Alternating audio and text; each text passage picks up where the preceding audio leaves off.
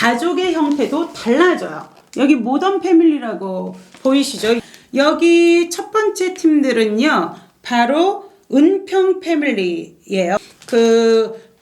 은평구 쪽에 사는 사람들이 서로가 모여가지고 다 혼족이에요. 혼자 사는 사람들인데 필요할 땐 뭉쳐서 가족이 되었다가 아니었다가 이렇게 되는 거죠. 일본의 패밀리 로맨스라고 하는 회사가 있는데 거기 일본 같은 경우도 혼족이 워낙 빨리 시작이 되었죠. 그래서 가족이 필요할 때는요, 내가 아빠로도 가지고 애인으로도 가지고 남편으로도 가지고 이렇게 되는 거예요. 그래서 패밀리 로맨스의 대표 같은 경우는 가족이 35가족이 있대요. 그래서 내가 만약에 그 아이의 아빠로 유치원을 갔었다 할 것 같으면은 아이가 시집갈 때까지 아빠 역할을 대행해 줘야 되는 거죠. 그래서 그 35 가구가 모두가 다 자기의 가족 같다라는 이야기를 하는 것을 그 인터뷰를 받고 제 책에도 쓴 적이 있습니다. 그런가 하면은 한 번의 결혼, 2명의 신부이죠. 동성 그 결혼이랑 금방 알 수 있는데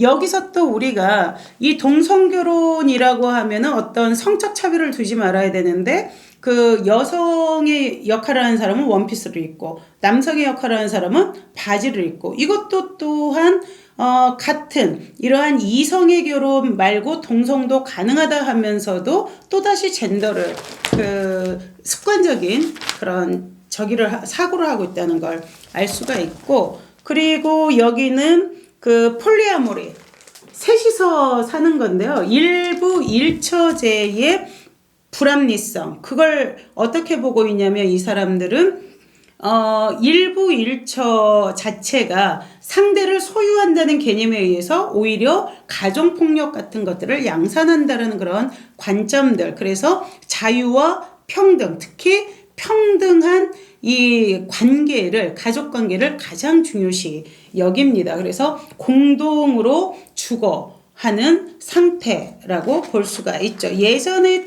처첩제도와는 전혀 다른 개념이라고 보시면 되고요. 실질적으로 저걸 이해하기까지 좀 어려우실 거예요. 다만 제가 지금 이러한 말씀을 드리는 건 왜 아이들 교육에서 이런 이야기를 하냐 싶으시겠지만 앞으로의 가족제도가 이렇게 훨씬 더 다원화 되어질 수가 있어요. 여기서 핵심은 뭐예요? 내가 선택한다는 거예요. 기존에는 엄마, 아빠, 아들, 딸 같이 낳아주면 어떻게 할 수가 없었잖아요. 가정폭력 심하고 죽인다 해도 어쩔 수 없었지만 이제는 내가 선택한다 라는 거죠. 이게 바로 이 요즘 젊은 사람들의 핵심이죠. 그리고 엄마, 미혼과 비혼을 구분하고 있어요. 처음에 아이가 미혼 상태에서 아이는 되었는데 자기는 비혼모로 아이를 또 키워 나가는 그러한. 그런데 너무나 당당하게 이제는 가정이 그 다양화되잖아요. 이것을 누가? 그의 딸이, 중학생이 되는 딸이 이야기를 하고 있죠. 그런가 하면은 여기 사람들은 이제 그 반려 알파카하고 반려묘가 한 가족이 돼서 이들이 동성애적 파트너는 아니에요. 다만 같이 사는 게 이런 반려동물들을 좋아해서 같이 사는 게 좋아요. 그게 훨씬 더 편리하기 때문에 같이 살아가는 거죠. 그리고 또 하나의 모던 패밀리는 로봇과 살아요. 파이브라고 하는, 지금 이 파이브의 보시라고 하는 앱 개발자인데 오히려 예전의 가족보다 자기를 더 많이 이해해 준다는 거죠. 무엇 때문에? 그 로봇이 이를테면 자기에 대한 데이터를 계속 축적하기 때문에 훨씬 더 자기를 많이 이해해 준다라는 이야기를 하고 있습니다. 이렇게 결혼관과 가족관이 바뀌다 보니까 사람들의 주거 형태도 바뀔 수밖에 없겠죠. 그래서 여기 코스모폴리탄 같은 경우는 사람들이 따로 또같이 그들이 사는 세상 해가지고 요즘에 우리 이 쉐어하우스도 많잖아요. 근데 이제 그것들이 훨씬 더 진화가 되어서 뭐 30가구가 서로 다른 스타일의 그런 룸 스타일을 제공을 하고 공동의 공간은 심지어는 이 반려견이 스탠딩 상태로 샤워하고 드라이할 수 있는 시스템까지도 다 갖춰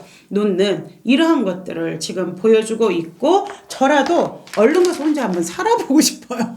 인테리어 인테리어랑 너무 아름답게 해놔서 그래서 각자가 각자의 스타일대로 삶의 공간을 그 선택을 하고 또 삶을 공유해 나갈 수 있도록 이것도 사실은 뭐예요? 가족을 내가 선택하는 개념이죠.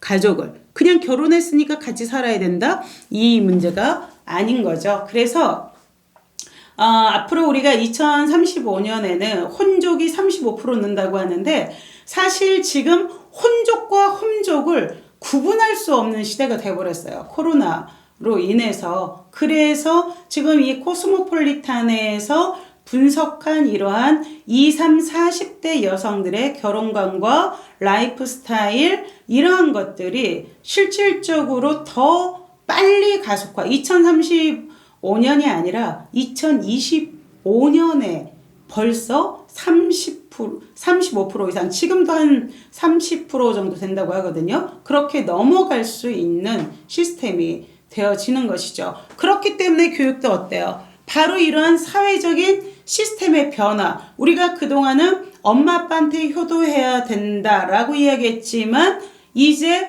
이 로봇과 살고 아니면 애 없이 그 고양이와 살고 이런 사람들도 있잖아요. 그리고 내 아이를 낳지 않고 입양해 오거나 결혼을 해도 아이를 낳지 않거나 결혼을 했어도 따로 이렇게 독립 이렇게 살거나 이렇게 다 다른 거죠. 그래서 이러한 다양성을 아이들이 인정하고 모두 다 삶의 한 형태로 볼 수 있는 교육, 컨텐츠, 철학 그리고 교육 과정이 필요하다는 거죠. 그리고 또 이러한 것들을 지원할 수 있는 사회적인 시스템. 그동안은 4인 가구가 한 가정으로 그렇게 기준이 되었다면 이제는 1인 가정이 기본이 될 수도 있는 사회적인 시스템. 그리고 또 그것이 상식이 되는 사회에서 우리가 어떠한 사고로 또 어떠한 삶의 기술로 살아가야 될 것인가에 대한 이야기들 그러한 것들을 우리가 이러한 매거진을 통해서 사실은 사회교과서에서는 이렇게까지 다룰 수가 없거든요.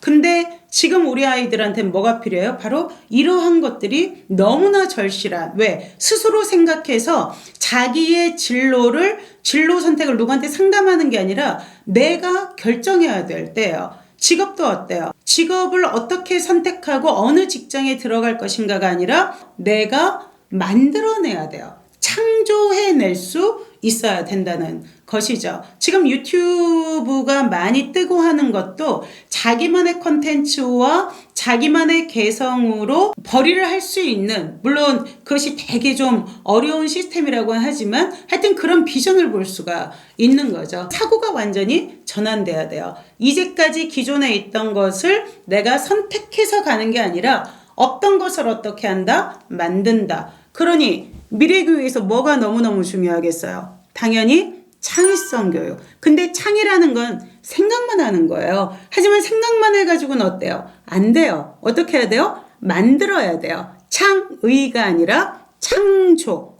교육이 이루어져야 되겠죠. 창조하려면 뭐가 있어야 돼요? Do it, do it, do it.